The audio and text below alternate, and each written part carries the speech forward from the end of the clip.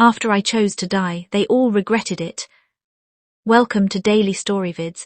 Please like and subscribe to my channel for more exclusive stories handpicked by yours truly. Now back to the story. Chapter 1.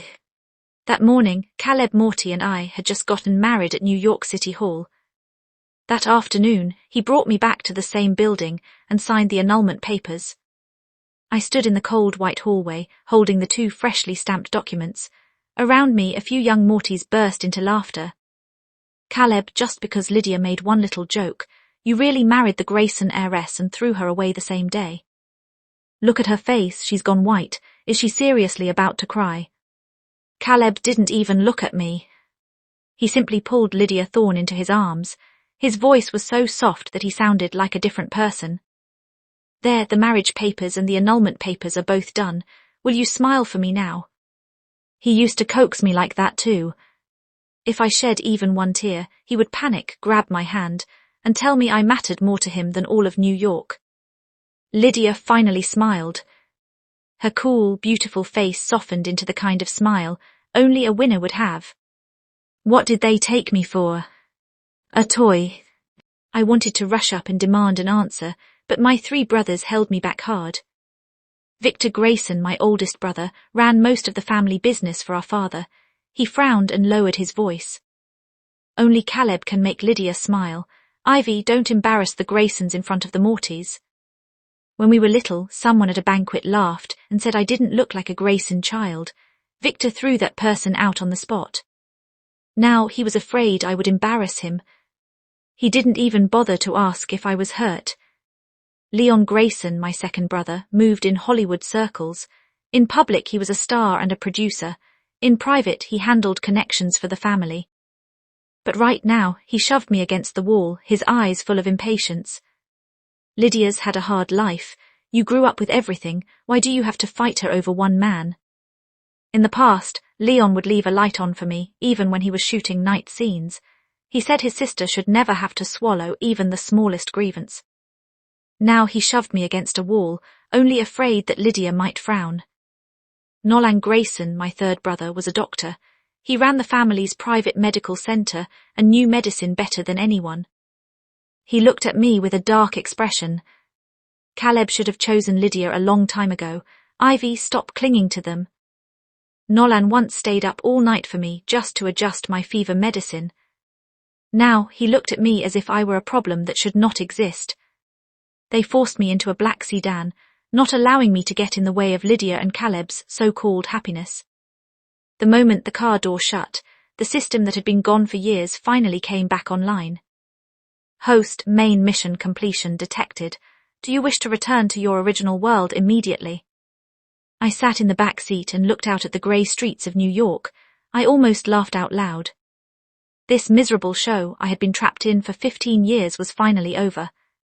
From now on, I would no longer play along with these people's love, hate and drama. Detected, the affection scores of the 3 Grayson brothers and the male lead Caleb have all reached 95.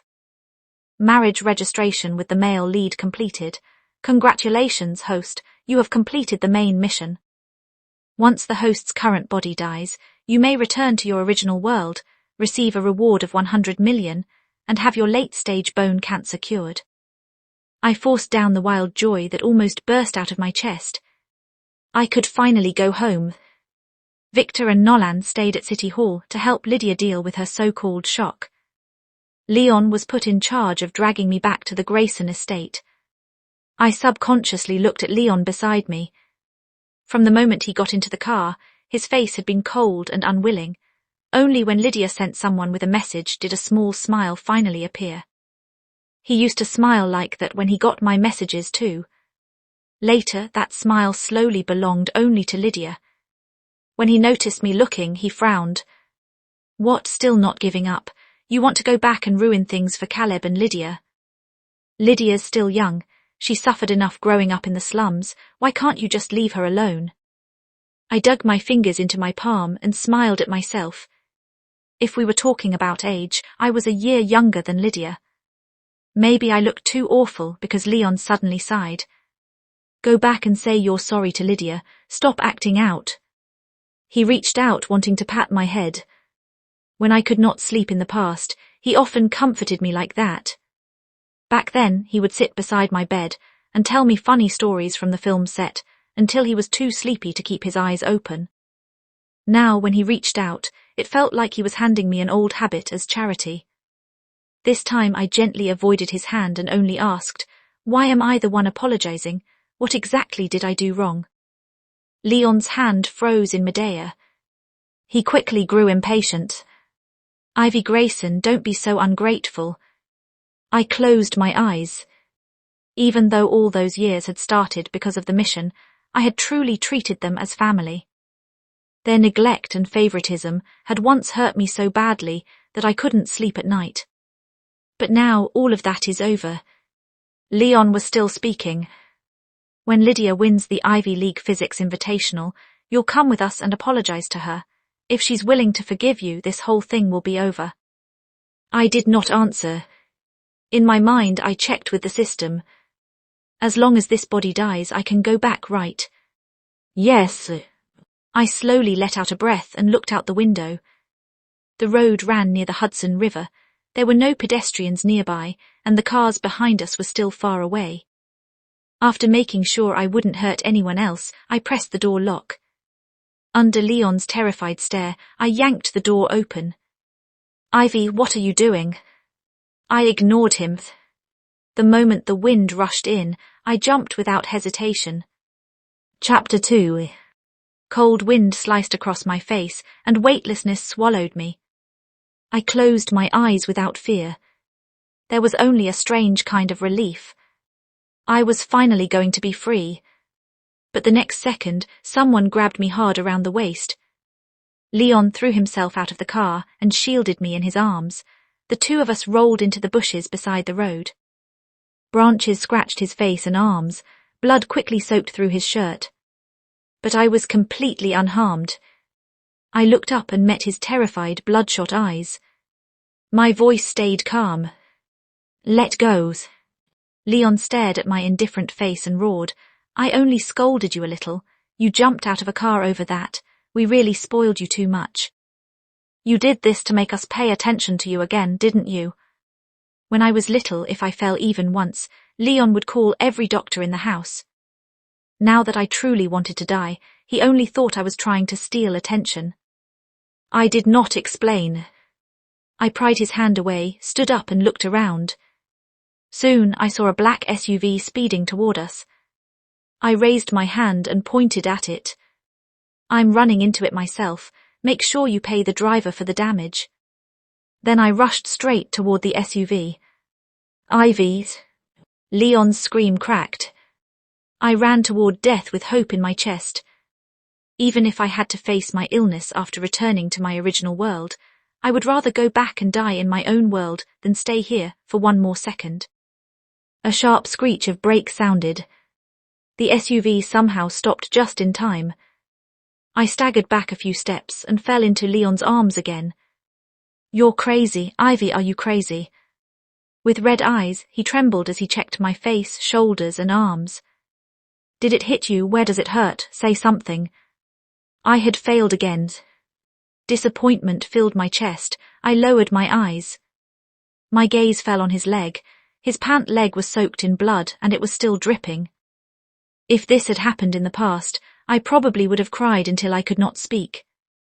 But now I only looked away coldly. "What, do I need your permission to die now?" Leon froze in place. I walked around him and toward the driver who was shouting curses. My tone was very calm. "I'll have someone pay for the damage later." Leon clenched his fists. The corners of his eyes were red. When I saw his expression, I suddenly realized something and added, "Don't worry. I won't use the Grayson family's money. I'll use my own." "Ivy." He finally could not stand it and interrupted me. But somehow I actually saw a trace of hurt on his face. "You're the only biological daughter of the Grayson family. Even if we handed you the whole Grayson estate, I wouldn't even frown." I found it ridiculous. "Really?" His body trembled, as if he finally remembered. In the eyes of outsiders, Lydia was Miss Grayson now. And I, the true Grayson by blood, was just a crazy woman with a ruined reputation who always fought the adopted daughter for attention. I laughed wildly, but tears still fell. Leon and I had once been inseparable. Even when he went to film sets as a movie star, he would bring me along. He said he only felt at ease when I was nearby. But later, all he did was command me with a cold face. Let Lydia have her way in everything. Leon dragged me back into the car. After the door closed, he lowered his head. His voice was hoarse. After Lydia wins the award, we'll announce that you are the real Grayson daughter. Everything before this was just a misunderstanding. I didn't waste my breath. I turned my head toward the window.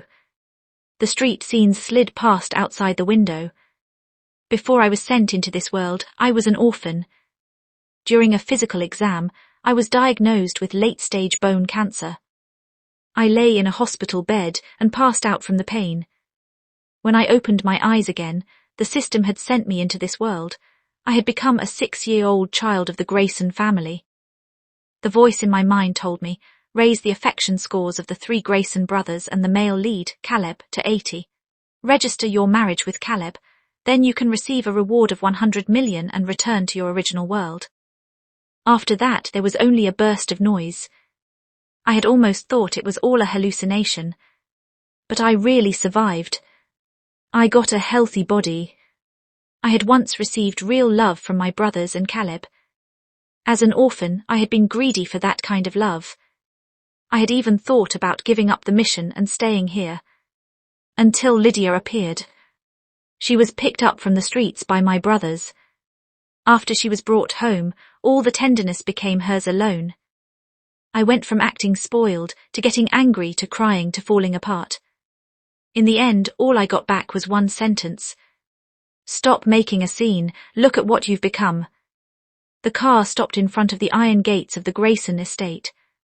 I shook off Leon's hand and got out. He called after me, stunned. Ivy, I'm injured. I got hurt because of you. I turned back without any expression. If you're hurt, go see the family doctor. Why are you telling me? Chapter 3. When I pushed open the main door of the Grayson estate, the first thing I saw was Lydia in the fireplace hall, surrounded like a princess. Victor looked grim. He raised his hand and punched Caleb hard on the shoulder. Lydia couldn't eat or sleep for 3 whole days because of you. Caleb, how exactly have you been taking care of her? Lydia quickly held him back. Victor, I'm really fine now. I stood at the door and quietly watched their sweet little family moment. The system's voice suddenly sounded in my mind. Host, your emotional fluctuations have dropped. So, host, are you very sad right now? That one question almost made me CRV. Ought to added to the library. I quickly wiped the wetness from TH. Leon had just reached my side when Lydia screamed and rushed over. Leon, why are you so badly hurt, you? She did not finish. I stepped forward and slapped her hard across the face. The sharp sound cracked through the room. Lydia covered half her swollen face and stared at me in disbelief. Almost at the same time, a heavy slap landed on my face and knocked me to the floor. Victor pointed at me, his face full of rage. Ivy Grayson, we really spoiled you too much. Apologize to Lydia. I lay on the floor in a mess and spat blood from my mouth. I apologize. I got married this morning and had it annulled the same day. I became a joke in New York high society, and I'm not even allowed to slap the other woman. Victor grew even angrier. His voice shot up. What kind of crazy nonsense is that? Lydia and Caleb were supposed to be together. You're the one who forced your way in. How do I have such a shameless sister? I laughed. Shameless. Caleb was my fiancé. Since we were kids, the engagement between our families was always between him and me. Now I'm the one who forced my way in. Caleb looked at me coldly. Our engagement should have been cancelled long ago. The Moretti family won't accept a woman with a ruined reputation. He once stepped in front of me with a cold face if someone looked at me for even 1 second too long. Now he was the one who pushed me into becoming the joke of New York. Married in the morning, divorced by night. What a joke. Nolan stepped forward and dragged me up from the floor. Ivy, apologize. I said nothing. My gaze swept across the people in front of me. Victor was cold. Nolan was disgusted. Caleb looked as if he wished I would disappear right now. Leon frowned. His lips moved, but in the end he said nothing. In the past, whenever I was wronged, he would always be the first to stand up for me. Now he stood in the crowd and couldn't even spare half a sentence for me. Just like a year ago. Lydia kept going in and out of Leon's film sets and was photographed by the media. To protect her, Leon admitted in a public interview that she was Miss Grayson. And I, the real Grayson by blood, became some rich man's kept girl and a pathetic little tag-along. Exhaustion flooded over me. I did not even have the energy to argue anymore. I shook off Nolan's hand, rushed into the fireplace hall and grabbed a fruit knife from the food table. Leon rushed toward me in terror, but Lydia grabbed his arm tightly. Ivy, what are you doing? I looked at Lydia and grinned. I'm apologizing. I did not look again at Victor, Nolan and Caleb, who were staring at me like I was a threat. I raised my hand and drove the knife cleanly into my chest. Screams erupted one after another. I smiled through my tears. Then I'll pay her with my life. Is that enough? Are you happy now? Chapter 4. Warm blood rushed out quickly. Blood loss made the world spin under my feet. As my vision darkened, I finally saw fear on those men's faces. Leon rushed over and caught me, roaring like a madman. Call the doctors, get everyone from the private medical center here. When I opened my eyes again, I smelled the strong scent of disinfectant. The endless white in front of me made my heart jump. Had I succeeded? Had I gone back? But in the next second, I turned my head and met Victor's bloodshot eyes. I closed my eyes in irritation. For the first time, his voice only annoyed me. Ivy, who taught you to pull a stunt like this just to get attention? I grew even more annoyed. Something under my pillow was poking me. I reached under it and pulled out an old St. Mary's medallion. When I was 12, I had a high fever for a week that wouldn't break. The private medical center issued 3 critical condition notices. Nolan had climbed the 1,000-stone steps behind St. Mary's Chapel on his knees to pray for this blessed medallion for me. That day he held me and said that as long as he was alive, he would never let me leave him. Later, Lydia got hurt, and Nolan took the medallion away and gave it to her. Now it has returned to my hand. All I felt was disgust. I raised my hand and threw it away. Nolan happened to push the door open and saw the medallion fall to the floor. He raised his head and stared at me. Ivy, you just threw it away. I frowned, my voice was calm. It's dirty, I don't want it anymore. Is that a problem? Nolan's chest heaved. His eyes were full of pain and fury. He suddenly stepped on the medallion and ground it under his shoe, then sneered. Ivy Grayson, we spoiled you until you became heartless. No wonder Caleb would rather choose Lydia than you. You. Nolan. Victor cut him off, his tone colder now. Nolan's eyes were red. He looked at me deeply, as if he wanted to find even a trace of sadness or regret on my face. But all he saw was dead calm. He shook with rage. This medallion belongs to Lydia. It was only lent to you to keep you alive. What right did you have to throw it away? I said calmly, I'll pay her back. My calmness completely enraged him. He pointed at me and shouted, Then go to the chapel right now and get her a new one. 1,000 stone steps, miss even one and it doesn't count. Victor wanted to stop him, but Nolan silenced him with one look. Clearly, he also thought this was a good chance to teach me to behave. My wound wasn't deep enough to kill me. They were sure I was only putting on a show to get attention. In the past, if I coughed once, they would nervously gather around me. Now my chest still hurt, but all they wanted was for me to learn my lesson. I got out of bed without hesitation, and went straight to St. Mary's Chapel outside the city. When I arrived, the sky suddenly began to rain. The 1,000 stone steps were slick and freezing in the rain. I knelt down without hesitation. Did he really think climbing 1,000 steps on his knees was so impressive? I could do it too. The wound in my chest pulled open in the rain. Sharp pain spread through my whole body. But I acted like I couldn't feel it. Again and again, I told myself this was the last time. I would treat it as paying Nolan back for the care he had once given me. I did not know how long I climbed on my knees. By the time I reached the top, I finally got a new St. Mary's medallion from the chapel. My whole body was soaked, and my head had begun to burn with fever. When I pushed open the door of the Grayson estate, a lively celebration was taking place inside. Lydia was surrounded by everyone, holding the trophy from the Ivy League Physics Invitational and smiling brightly. My appearance instantly broke the joyful scene. Victor was the first to frown and scold me. Ivy, look at yourself. Do you have even a shred of dignity left as a Grayson lady? Everyone's eyes fell on me. Contempt, impatience, disgust. Everything was there. Everything except concern. This had once been the home I most wanted to return to. But at that moment, standing at the door, I felt like an outsider who had stumbled into someone else's party. I ignored those looks and walked straight to Lydia. I placed the medallion in her hand.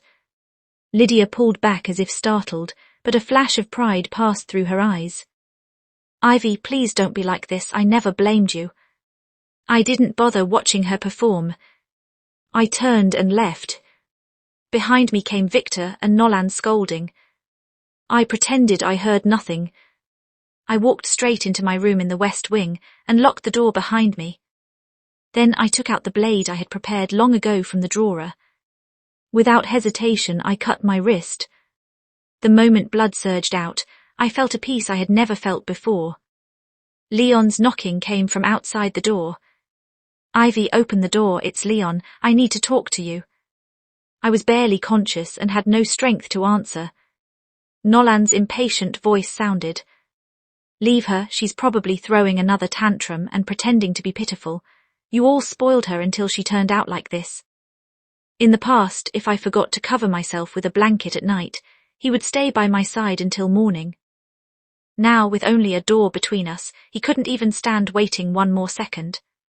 Leon did not insist in the end. Their footsteps slowly moved away. I finally closed my eyes as I wished. My soul floated lightly upward. But just as it floated halfway into the air, the door was smashed open. Victor rushed in with an ashen face, followed by Leon and Nolan. Ivy's, what are you? His voice stopped abruptly. The floor covered in red filled their eyes. Chapter 5. My soul hovered in the air. I clearly saw everyone at the door freeze in an instant. Leon stumbled toward me and pressed his trembling hands hard against the wound on my wrist. His face was frighteningly pale. His voice sounded as if it had been squeezed from his throat. Ivy, don't scare me. Call the doctor, hurry. The wound on his leg split open again from his frantic movements, but he didn't notice at all. He only looked at Victor in despair. Victor finally snapped back to himself and roared at the men outside. Get the doctor up here, now. The doctor stumbled in. Thick gauze wrapped around my wrist, but blood still seeped through again and again. The doctor was covered in sweat. He touched the side of my neck, then froze, unable to speak. Sir, Miss Grayson is all ready.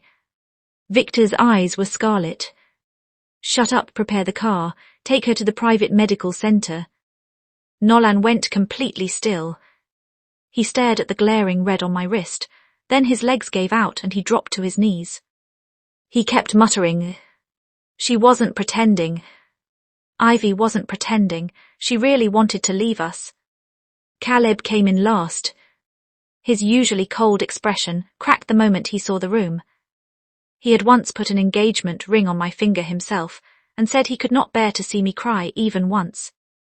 But only after I died was he finally willing to really look at me. Panic flashed through Lydia's eyes. A second later, she rushed in with tears in her eyes. Ivy, how could this happen? It's all my fault. If I had explained things to you sooner then. Before she could finish, Nolan suddenly grabbed her by the throat. Lydia Thorne. Nolan roared like a beast. You said that if we did what you told us, favored you, and ignored Ivy, she would fail her mission. Then the system would give up on her and let her stay. Why is she dead? Did you do this to her? Lydia's face turned red at once. She kicked her legs, unable to breathe. The room was filled with crying, shouting, and chaos. I didn't bother thinking about what Nolan's words meant. I only felt annoyed. I had finally died. Why couldn't I leave yet? When I got back, I was definitely filing a complaint against this useless system. Just as I thought that, the familiar system alert finally sounded. Main mission completed. Reward has been deposited into the host's designated account. The host's current body has died. The return channel will open soon. I breathed a sigh of relief. At last, I didn't have to stay here and watch these people anymore. Detected, the affection scores of the 3 Grayson brothers have reached 100%. Detected, the affection score of the male lead Caleb has reached 100%. Hidden mission completed. Congratulations, host. After returning to your own world, you will receive an even healthier body. I froze. Then joy almost tore through my soul. The next second, everything before my eyes went black. A force yanked my soul out. The chaotic sounds in my ears became farther and farther away. Before I left, I spoke to the mess of people below me with complete sincerity. Thank you.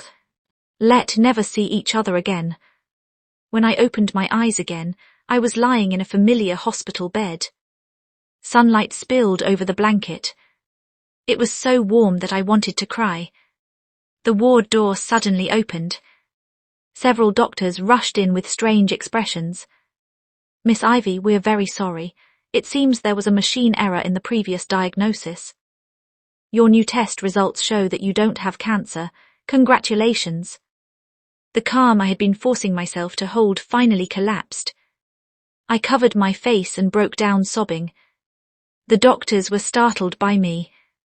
But I could no longer care about them. I didn't have cancer.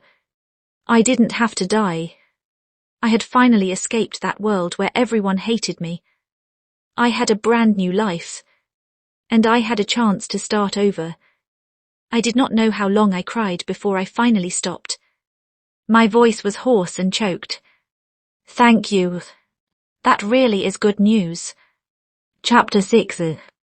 The doctors had me do many more tests. Only after they confirmed that I was fine did I leave the hospital. The first place I went was the bank. When I saw the long string of numbers in my account, I finally let out a slow breath. The system's voice sounded again. Host, I'm leaving soon. There are some truths. Do you still want to know them? I rubbed the bank card with my fingers and did not speak right away. This unreliable system had thrown me into another world and then disappeared for 15 years. But in the end, it gave me a second life. After thinking for a moment, I nodded. The original heroine, Ivy Grayson, who shared your name, died in an accident when she was 6.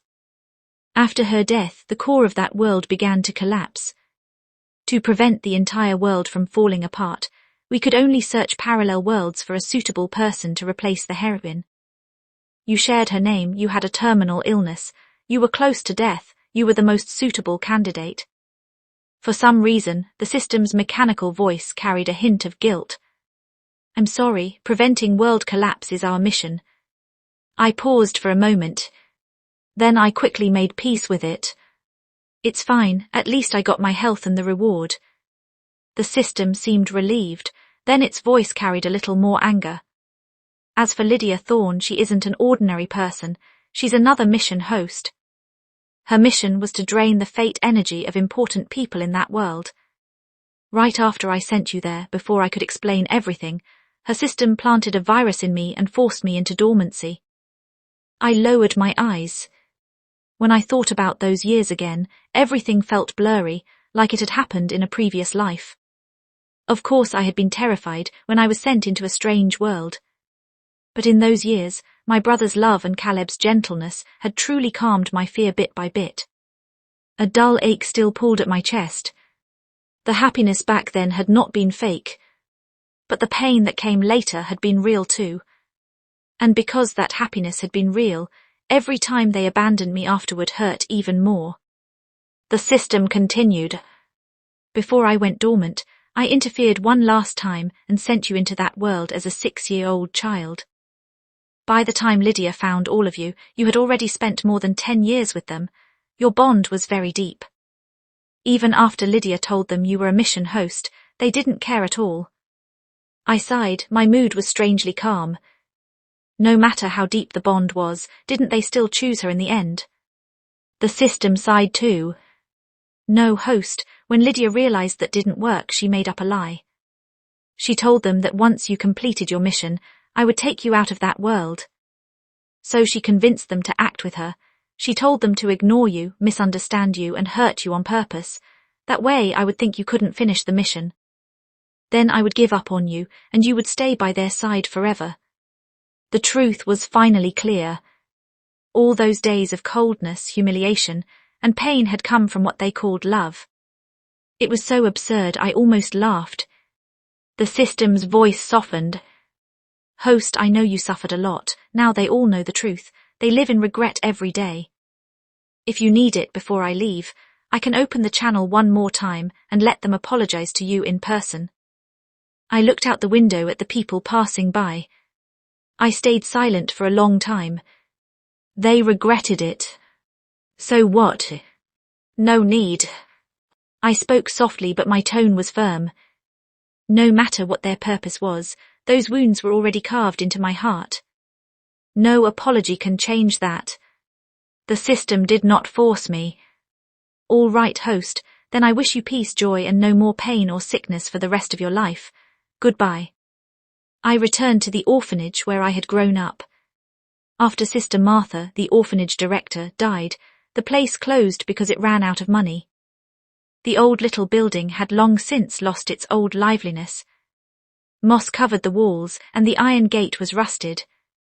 I stood outside the gate, my eyes burning. When I was very young, someone abandoned me here. Sister Martha was the one who took me in and raised me. For a long time, she had been the only warmth in my life. But before I could repay her, she left because of illness. She always said, Ivy, keep a little light in your heart. I remembered those words for many years. Now that I had the means, of course I had to protect the warmth she left behind. I spent 3 months repairing the orphanage. I renamed it Sunshine Home. Little by little, I took in many children. Looking at their timid yet hopeful eyes, I felt as if I was seeing my younger self. A new flower shop opened next door. The owner was Ethan Walker, a gentle man with kind eyes. He often brought over fresh, neatly trimmed flowers. He never bothered me too much. He only quietly helped me care for the children. He remembered that I didn't like strong floral scents, so he always brought flowers with a light, clean smell. Whenever I talked about Sister Martha, he would listen quietly, then say softly, She must be very proud of you. In that quiet, gentle life, our relationship slowly warmed. I thought those days would continue forever. Until one afternoon, the system's panicked voice suddenly sounded in my mind. Host, please save that world. My hands paused. I have nothing to do with that world anymore. The system sounded extremely anxious. I know you don't want to go back, but that world is about to collapse completely. The version of you in that world never truly died. They sent your body to the Moretti family's private medical center and kept it alive on machines. They also built a lab, stripped Lydia's system out of her, and questioned it every day about how to wake you up. Now they have even started believing in absurd rituals. Every day they cut their wrists and bleed themselves, trying to keep that body alive. The order of the whole world is already falling apart. I was silent for a long time. I hadn't expected them to become that obsessive. In the end, I sighed. I'm going back, but not because I miss them. I just don't want to watch an entire world collapse because of me. Chapter 7. As soon as I finished speaking, the familiar pulling sensation swept through my body. The world before my eyes turned cold and pure white. I was sent directly outside the ICU wing of the Moretti family's private medical center. The hallway was filled with the smell of disinfectant and alcohol. It made my stomach churn. Behind the glass door lay a body that was both familiar and strange. It was Ivy Grayson's body. Her face was as pale as paper. Tubes covered her body and connected her to the life support machines beside the bed. The wavering lines on the monitor were the only proof she was still alive. The man guarding the bedside was so thin he looked hollowed out. Nolan Grayson. He used to wear a spotless white coat and gently tell me little facts about medicine. But now his hair was messy and stuck to his forehead. The white coat hung off him like it belonged to someone else. He lay beside the bed, one hand gripping the wrist of the body on the bed, his empty eyes fixed on the monitor. I pushed the door open and walked in. My footsteps sounded against the floor. Nolan snapped his head up as if someone had flipped a switch. He opened his mouth, but for a long time no sound came out. Only a hoarse breath escaped his throat, like air scraping through a broken pipe. Ivy. He spoke carefully, his voice almost unrecognizable. Is it you? Is it really you? I sighed. You've lost a lot of weight. Tears fell from his eyes at once. He carefully picked up a pastry from the table and handed it to me. I know you used to love this. I bought every shop in New York that sold it. Try some. Nolan used to say that as long as I smiled, his heart would calm down. But during those years, with those same hands, he pushed me toward Lydia again and again. I took it from him and placed it aside. It's too sweet. I do like it anymore. Nolan's hand froze. His tears fell even harder. I ignored his grief and said, Call Victor, Leon and Caleb over. I have something to say. They came quickly.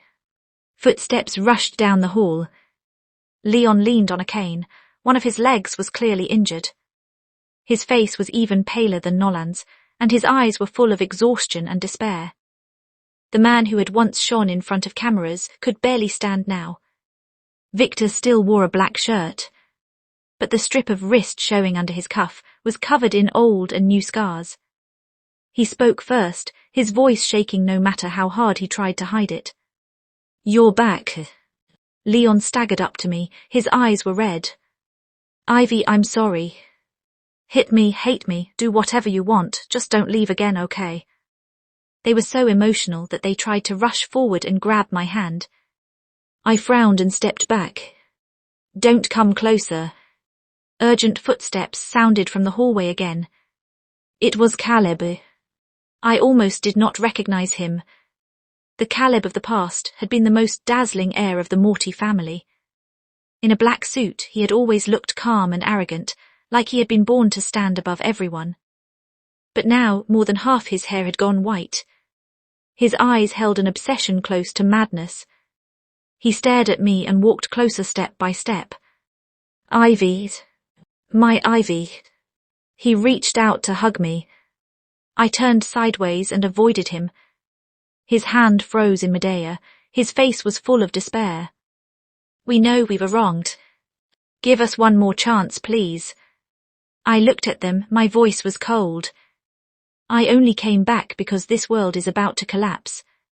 I don't want more innocent people dragged into your obsession. Before she could finish, she stopped breathing. Caleb did not look at her. He only looked at me carefully, almost pleading. Ivy, I got revenge for you. I sneered. But weren't you the ones who hurt me? Their faces went white in an instant. Chapter 8. I looked away from them and said in a low voice, System, shut off the life support machines. Beep. A long tone rang through the silent room. That sound shattered their final fantasy. The monitor beside the body on the bed went flat. Victor braced himself against the wall, his whole body looking drained. Leon fell to his knees, covered his face tightly, and cried so hard his shoulders shook. Nolan threw himself beside the bed like a man who had lost everything, calling my name again and again. I looked at them and said calmly, "Ivy Grayson is dead. If you keep forcing this body to stay alive, you will only destroy this world." Caleb, however, stayed strangely silent. The obsession in his eyes grew darker. "I won't let you leave." He took a palm-sized device from his pocket and pressed a button. The system immediately let out a piercing alarm. Warning: unknown energy interference detected. Return sequence blocked. Caleb walked toward me, his eyes wild. "This is an energy jammer, Nolan, and I made together. We designed it specifically to stop the system from taking you away." I was furious and slapped him hard across the face. "You're insane." But he held me tight. "I am insane. I lost my mind the moment you died." His voice shook with tears. "Ivy, don't leave me. Please, I can't live without you." Victor, Leon, and Nolan said nothing, but the same obsession in their eyes told me they thought the same way. At some point, tears had covered my face. I wiped them away hard and suddenly calmed down. "You know what? I was an orphan. There was a time when I truly thought about staying here forever. More than the reward, more than anything in my original world, what I wanted most was the love you gave me. But they had broken that love with their own hands. Then they stepped on my heart for far too long. In the end, even looking back hurt. I looked at them, each one trapped in unbearable pain. But now I have a new home. I have people who truly care about me. I will not stay here anymore. Worst case, I'll die again. I was living on borrowed time anyway." Caleb's arms around me suddenly loosened. The obsession in his eyes slowly turned into despair. "I'll let you go. Ivy, I'll let you go." He released me. Then he suddenly bent down, picked up the knife on the floor, and drove it into his own chest without hesitation. "Caleb." Victor rushed toward him, but it was already too late. Caleb fell to the floor. His eyes stayed fixed on me, full of desperate attachment. "I owe you. So I'll pay with my life. Ivy, don't hate me, okay?" I turned my head away. Tears were still falling. But my heart was unusually firm. Energy interference removed. The return sequence will begin soon. The familiar pulling sensation came again. Before I left, I heard Victor, Leon, and Nolan whisper, "I'm sorry." Their voices were full of regret and despair. But I did not look back again. Chapter 9. When I opened my eyes again, I was standing in the backyard of Sunshine Home. Ethan was flying kites with the children in the yard. The wind blew the colourful kites very high. The children laughed and ran across the grass. Sunlight fell on their faces, so bright it almost hurt. When Ethan saw me, he immediately put down the spool and walked quickly toward me. "Where did you go? I've been looking for you everywhere." His eyes were full of worry. Warmth filled my heart. I shook my head. "I'm fine. I just went to deal with something from the past." He didn't push. He only draped his jacket gently over my shoulders. "You're back, that's what matters." A little girl ran over with a crayon drawing in her arms and looked up at me. "Miss Ivy, look, I drew our home." On the paper was a small, warm yellow building. There were many children in the yard and a taller woman beside them. Beside it, in crooked words, she had written, "Miss Ivy and us." I crouched down and pulled her into my arms. "It's beautiful."